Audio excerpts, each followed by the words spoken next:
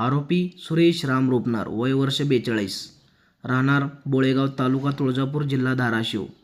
मौजे बोळेगाव येथे स्वतःचे दारूचे दुकान आहे. दुकानाच्या पाठीमागे राहत्या घरात ठेवतो व जसे लागेल तसे ग्राहकांना राहत्या घरातून बियर व संत्रा हातभट्टी बिनापरवाना नागरिकांना आणून देतो.